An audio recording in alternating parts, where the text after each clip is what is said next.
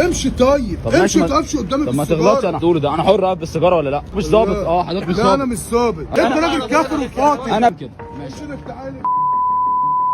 عشان نحكم الحكم الشرعي على الفيديو ده لازم نحلله من 3 جهات. الجهة الأولى حكم من يجهر بالإفطار خصوصا بالسجاير في نهار رمضان. طبعا دي معصية لأن الصيام واجب في رمضان، يعني كمان مجاهرة بالمعصية يدل ان الشخص اللي عمل كده على الأقل ما عندوش حياء. الجهة التانية حكم الإنكار عليه، واتفقنا ان ده منكر فإنكار المنكر واجب. من رأى منكم منكرا فليغيره بيده أو بلسانه أو بقلبه وذلك أضعف الإيمان. طب الإنكار المنكر باليد ده مش ليا وليك، ده لأولي الأمر. يعني ضابط الشرطة لو كان الفعل ده مجرم هو الوحيد اللي ليه الحق اللي هو يوقفك ويستجوبك. الناس العاديين ملهمش اي حق ان هم يغيروا المنكر بايديهم، انما انا وانت لينا الحق، كامل الحق، اللي احنا نغير المنكر بلساننا ان استطعنا وان كان عندنا العلم، وان لم نستطع او ما كانش عندنا العلم يبقى ساعتها نغيره بالقلب وذلك اضعف الايمان. الجهة الثالثة بقى وده المهم، اسلوب تغيير المنكر. اسلوب تغيير المنكر لازم يكون باللين مش بالعنف. انكار المنكر يكون بالمعروف وليس بمنكر اشد منه. انا متضايق ان واحد بيجهر بالفطار بنهار رمضان خصوصا بالسجاير، يعني مش واحد مثلا معذور او واحد مسافر او كده، يعني لا انصحه بالقول اللين. يا اخي بارك الله فيك، انت عارف يعني ان احنا في رمضان في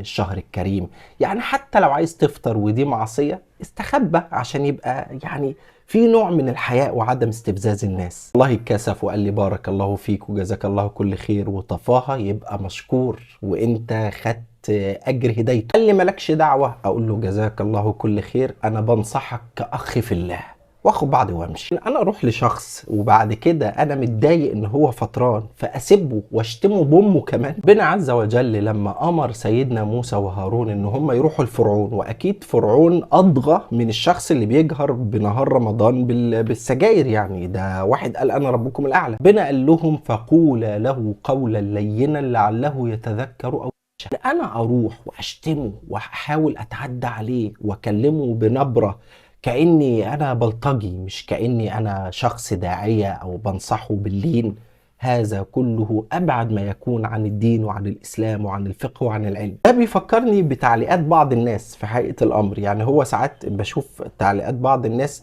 بيبقى ما عندوش العلم مثلا الكفاية وشايف اللي أنا غلطت في الدين مثلا، شايف اللي أنا قلت فتوى مش المفترض اللي أنا أقولها، فيدخل يشتمني بابويا ويشتمني بأمي ويطعن في العرض طيب انت كده مش بتدعو الى سبيل الله بالموعظة الحسنة، تدعو الى سبيل ربك بالحكمة والموعظة الحسنة وجادلهم بالتي هي احسن. محتاجين نفهم يعني ايه امر بمعروف ونهي عن منكر، محتاجين ان احنا نشتغل دعوة ونحبب الناس في الدين، محتاجين يكون همنا مش عقاب العاصي قد ما يكون همنا هداية ذلك العاصي. ربنا يهدي اصحاب المنكر ويهدي من ينكرون المنكر بمنكر أشد منه.